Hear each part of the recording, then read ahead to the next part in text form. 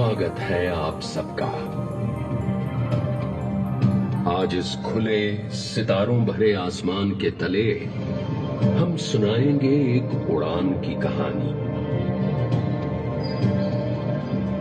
एक निर्माण की कहानी। इस कहानी के दो मुख्य पात्र हैं। एक हमारा देश भारत, जो अनुभव और प्रेरणा से भरी एक सतत प्रवाहित धारा है।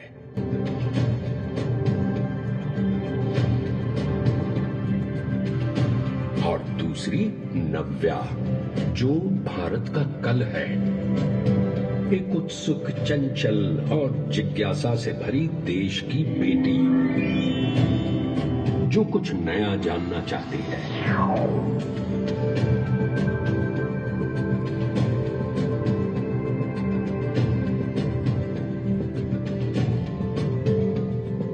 आज हम अपने गौरवशाली अतीत के विषय में जानेंगे और अपने उज्जवल भविष्य पर दृष्टि डालेंगे।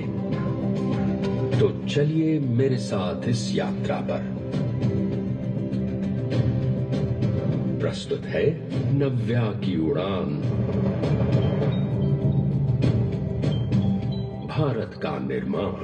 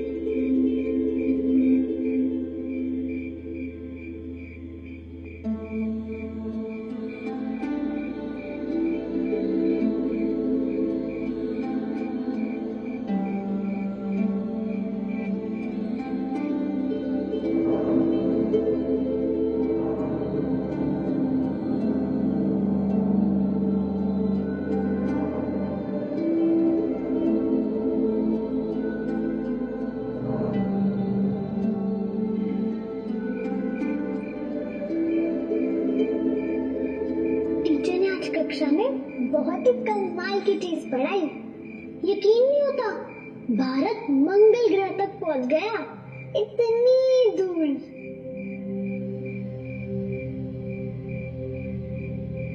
नव्या, नव्या,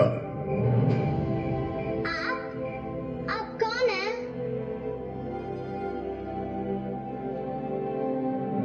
मैं हूं भारत। भारत?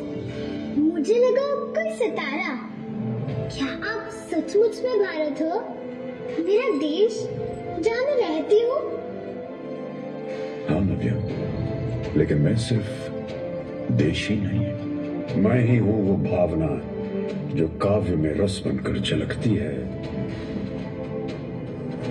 वो भक्ति जो वीरों के नयनों से छलकती है, वो चेतना जो नेतृत्व को दिशा देती है, वो प्रेरणा जो नए कल का स्वप्न सजाती है। नया कल, नया इतिहास जो लिखना है तुम जैसे बच्चों को। और तभी तो मैं आज तुमसे मिलने आया हूं, क्योंकि तुम ही हो मेरा आने वाला कल, और तुम में ही है मेरे सपनों को साकार करने की क्षमता। सपने? कैसे सपनों की बात कर रहे हैं आप?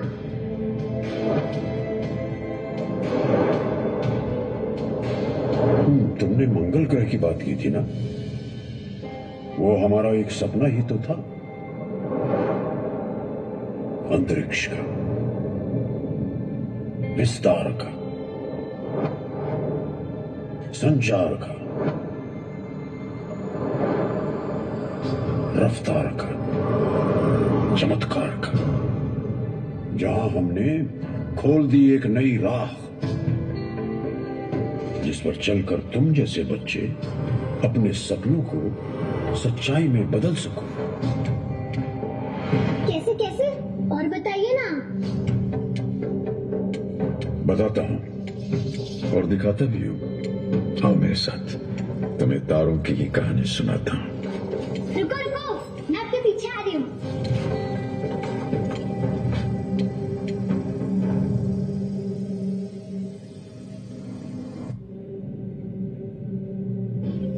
नव्या, तुम्हें पता है हम भारतीयों को कई शताब्दियों पहले से ही अंतरिक्ष की गहराई का ज्ञान था।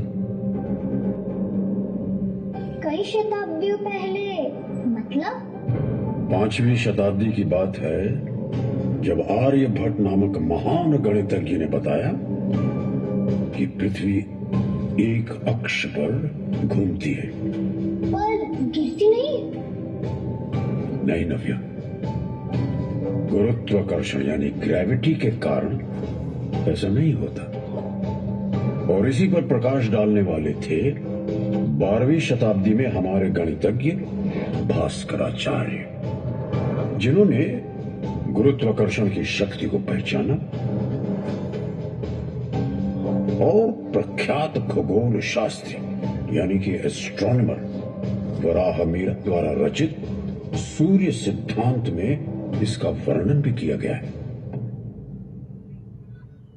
मध्ये सामन्तदस्य भूगोलो व्योमनि तिष्ठति बिभ्राणाः परमं शक्तिं ब्रह्मणो धरणात्मिकम्। इसका मतलब?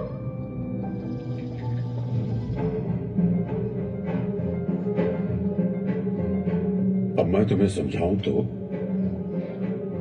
कभी न थकती कभी न थमती ब्रह्मांड बीच में गोलाकार धरती गुरुत्वाकर्षण का नियम निभाए अंतरिक्ष की शोभा बढ़ाए। सोच के देखो, गुरुत्वाकर्षण का ज्ञान वो भी इतने साल पहले।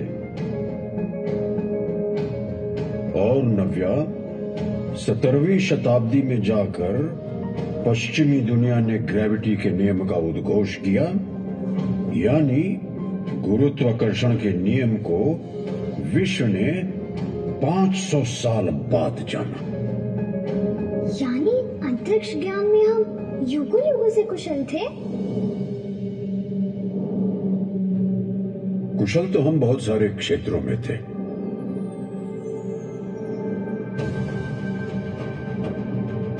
शून्य यानी 0 और दशमलव यानी डेसिमल सिस्टम के जन्मदाता तो हम ही हैं नव्या।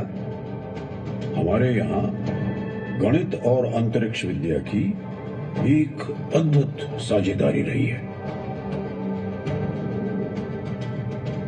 तभी मैंने पढ़ा था कि एल्बर्ट आइंस्टाइन ने कहा था कि हम भारतीयों के ऋणी हैं, जिन्होंने हमें गिनती करना सिखाया, जिसके बिना कोई महत्वपूर्ण वैज्ञानिक खोज नहीं की जा सकती। बिल्कुल ठीक कहा तुमने नव्या। मंत्रालय के द्वारा और एनएमएल के द्वारा ये बहुत ही सुंदर लाइट एंड साउंड शो की प्रस्तुति की गई है और हमारे सबके जितने हीरोज हैं जिन्होंने इनको स्पार्क के माध्यम से पहले और इसरो के माध्यम से बाद में जो अंतरिक्ष में उपलब्धियां प्राप्त की और एक तरीके से भारत का दर्शन है, इसके अंदर वैज्ञानिक दर्शन है, 75 साल की उपलब्धियां हैं। और जिस प्रकार से हमारा पहले नारा था जय जवान जय किसान, और उसमें माननीय अटल बिहारी वाजपेयी जी ने जय विज्ञान जोड़ा और उसी का विस्तार बढ़ाते हुए प्रधानमंत्री जी नरेंद्र मोदी जी ने जय अनुसंधान जोड़ा।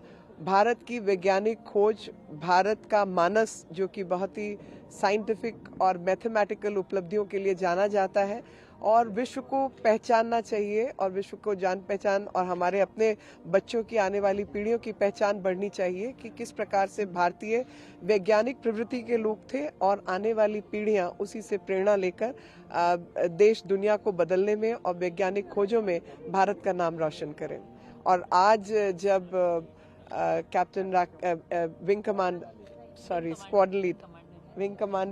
विंग कमांडर राकेश शर्मा जी मिले तो बचपन की बहुत सारी यादें ताज़ा हुई कि हम जब स्कूल में पढ़ते थे उस समय ये अंतरिक्ष में गए थे और पूरा भारत इनसे प्रेरणा लेता था, गौरवान्वित होता था और स्पेस में अंतरिक्ष में कोई भारतीय जा सकता है और इतनी हम हिम्मत और जज्बा दिखा सकते हैं। और एक दिन चाहे वो वेदर फोरकास्ट हो, चाहे वो मिलिट्री टेक्नोलॉजी को लॉन्च करने की बात हो, चाहे नाविक सिस्टम को तैयार करके लॉन्च करने की बात हो, भारत इतना अग्रिम पंक्ति में खड़ा होने वाला देश बनेगा।